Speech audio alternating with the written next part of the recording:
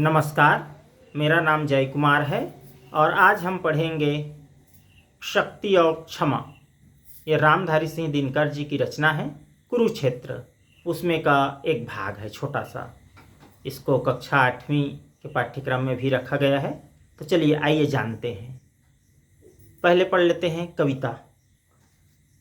क्षमा दया तब त्याग मनोबल, क्षमा दया तब त्याग मनोबल,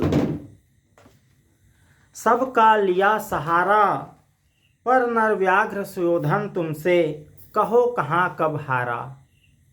कवि कहते हैं कि हे युधिष्ठिर, तुमने क्षमा का सहारा ले लिया, दया का सहारा ले लिया, तप का सहारा ले लिया, त्याग का सहारा ले लिया, मनोबल का सहारा ले लिया, इन सब का सहारा लिया। ये सारे मानवीय गुण बड़े अच्छे हैं और तुमने दुर्योधन को समझाने, बुझाने, मनाने, सही रास्ते में लाने के लिए इन सब का प्रयोग किया।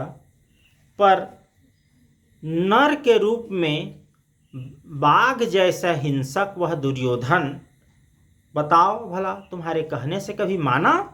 तुम्हारी बात को उन्होंने स्वीकार किया? नहीं किया। तो आगे कवि कहते हैं कि क्षमाशील हो रिपु समक्ष, तुम हुए विनत जितना ही। तुम जितने क्षमाशील हुए, क्षमावान हुए, जितने विनम्र हुए, तो दुष्ट कौरवों ने तुमको कायर समझा उतना ही। जितना तुम क्षमा करते रहे और कौरव तुमको, दुर्योधन और उनके भाई तुमको उतने ही डरपोक और कायर समझते रहे। तो इसलिए ये मानवीय गुण तो सब अच्छे हैं, मगर उसके साथ साथ शक्ति का होना आवश्यक है। और आगे उदाहरण देते हैं कवि। क्षमा शोभती उस भुजंग को जिसके पास गरल हो, उसको क्या जो दंतहीन विषरहित विनित सरल हो। तो रामधारी सिंह दिनकर जी कहते हैं कि क्षमा उस सांप को शोभा देती है जिसके पास जहर हो, कोई जहरीला सांप हो, नाग हो, और यदि वह ना काटे तो उनका ना काटने का महत्व है कि भाई उसने छोड़ दिया। लेकिन कोई ऐसा सांप हो जिसके पास विष ही नहीं हो, काट भी दे तब भी कुछ विष ना लगे, और वो सांप नहीं काटे, नहीं छोड़ देता हूँ, नहीं काटता, तो उनके वो क्षमा थोड़े है, वह तो उसकी व्यवस्था है, मजबूरी है। वैसे ही जो व्यक्ति कमज़ोर हो और कहे मैंने तुमको क्षमा कर दिया, तो कमज़ोर की क्षमा थोड़े है, उसकी तो मजबूरी है, नहीं करेगा तो और क्या करेगा।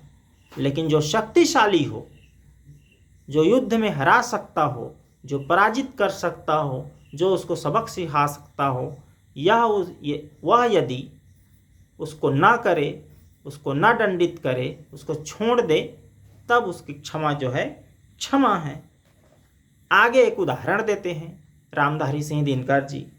3 दिवस तक पंथ मांगते रघुपति सिंधु किनारे, अब बैठे पढ़ते रहे छंद अनुनय के प्यारे प्यारे।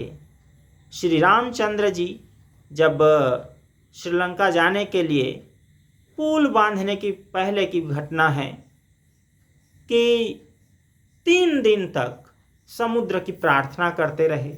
विभीषण जी के कहने पर उन्होंने समुद्र से रास्ता मांगा, और रास्ता मांगने के लिए 3 दिन तक एक से एक मंत्र का उच्चार करते रहे, छंद का पाठ करते रहे, और उसके बाद भी, उनकी प्रार्थनाओं के उपरांत भी समुद्र जो है, उत्तर में जब एक नाद भी उठा नहीं सागर से, समुद्र खुद प्रकट होकर सामने आने की बात तो दूर, एक आवाज तक नहीं आई समुद्र की ओर से राम की प्रार्थना के उत्तर में।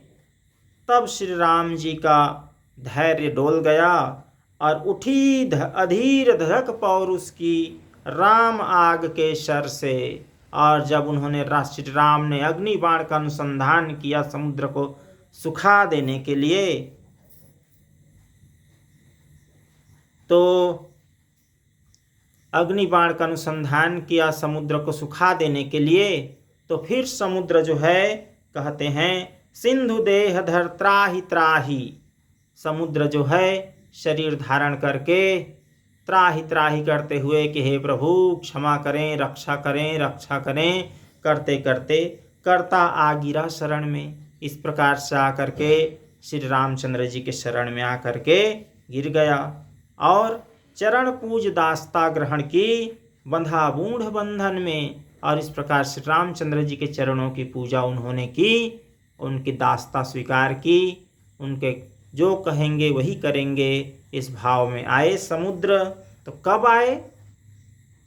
श्री रामचंद्र जी के विनती से नहीं आए, उनके सामर्थ्य दिखाने, पुरुषत्व दिखाने और शक्ति दिखाने पर आए। तो इसलिए रामधारी सिंह दिनकर जी कहते हैं कि शक्ति और क्षमा का अटूट संबंध है। वही क्षमाशील हो सकता है, उसी की क्षमा है जो शक्तिशाली हो। तो दो पद और लेते हैं, उसमें वो कहते हैं कि सच पूछो तो शर में ही बस्ती है दीप्ति विनय की। सच पूछो तो बाण में, उस समय की भाषा के हिसाब से बाण कह दिया गया, अभी उसको कहें अस्त्र शस्त्र में ही जो है शक्ति की जो चमक है कि कौन शक्तिशाली है, कौन शक्तिशाली नहीं, कौन पराक्रमी है, कौन पराक्रमी नहीं, ये उनके अस्त्र शस्त्र के संचालन में, अस्त्र शस्त्र में इसकी चमक बसती है। उसकी जो पहचान होती है वो उसी से होती है। और संधि वचन संपूज्य उसी का, जिसमें शक्ति विजय की, संसार में उसी के संधि वचन, उसी के समझौता, उसी का जो आपस का जो मसौदा है वो माना जाता है, उसी के अनुसार संधि होती है, जिसमें विजय की शक्ति हो, जीतने की शक्ति हो, जीतने का सामर्थ्य हो। और जो नहीं जीत सकता, जो कमज़ोर होता है, उसके हिसाब से संधि नहीं होती, उनको मानना पड़ता है। असहनशीलता क्षमा दया को तभी पूजता जग है, कि कोई क्षमाशील है, कोई क्षमा कर रहा है, कोई दया कर रहा हूँ कह रहे हैं, इन सब का सम्मान तब होता है क्षमा और दया का, जब उसके पीछे बल का दर्प चमकता, उसके पीछे जब जगमग है, जब बल जो है दिखता है, बल का प्रदर्शन होता है, सामर्थ्य का प्रदर्शन होता है, तब कहना चाहिए क्षमा और दया का महत्व संसार समझते हैं। और बिना शक्ति के, बिना सामर्थ्य के क्षमा, दया, तप, त्याग इनको नहीं मानते, इसका महत्व नहीं समझते। तो इसलिए क्षमा बहुत ही बड़ा मानवीय गुण है, लेकिन इसके लिए शक्ति का होना परम आवश्यक है। तो आज के लिए इतना ही, और बहुत बहुत धन्यवाद। और अब तक चैनल को सब्सक्राइब ना किए हों तो सब्सक्राइब करें और वीडियो को लाइक करें, शेयर करें। धन्यवाद।